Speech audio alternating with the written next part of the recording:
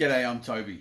This week I did a podcast with Joshua Prince from Prince Work Forge, and one of the things that we came across in the conversation was the idea of the amount of knives that as knife makers we don't finish, and whether or not we should be finishing them. And we kind of came to the idea that really, especially as a beginner, you want to be finishing everything you make, and you learn something out of each and every knife. Now, this is something that I like to talk about, and it's something that I sort of like to preach a little bit about, because I think it's really important just to make so many knives.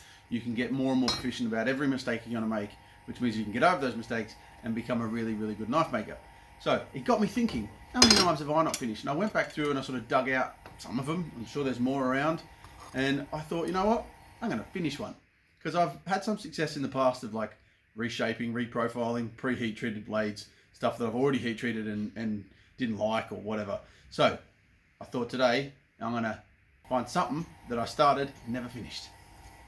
So with a small amount of deliberation, this is a knife that I started really, really early. As you can see, it's half of one of these. It's half a sheep shear. Once upon a time, people actually used to shear their sheep with these awesome tools. Not that I look like I should be very proficient with them. This was an early project for me.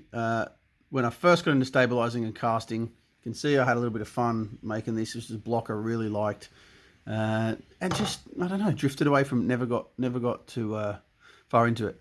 There's something that Wayne Saunders, Iron Lord Forge in Warhope, incredible maker, definitely worth going and looking at his stuff. If you're ever looking for a course in Australia, he could well be your man if you want a blacksmithing idea as well as knife making. He spoke to me about the idea, the fact that these have almost what's sort of like an S grind on them already. So if you look down the length of the blade, they kind of have that concaving on this side and the convex on this side, and they're quite a cool shape. I've heard some people say they're actually incredibly good kitchen knives.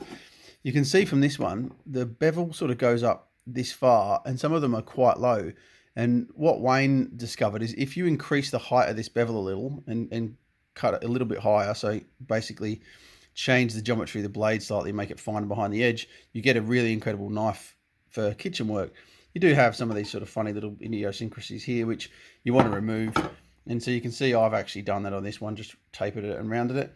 But you know what, I think I'm going to finish this one today, so let's see how it goes.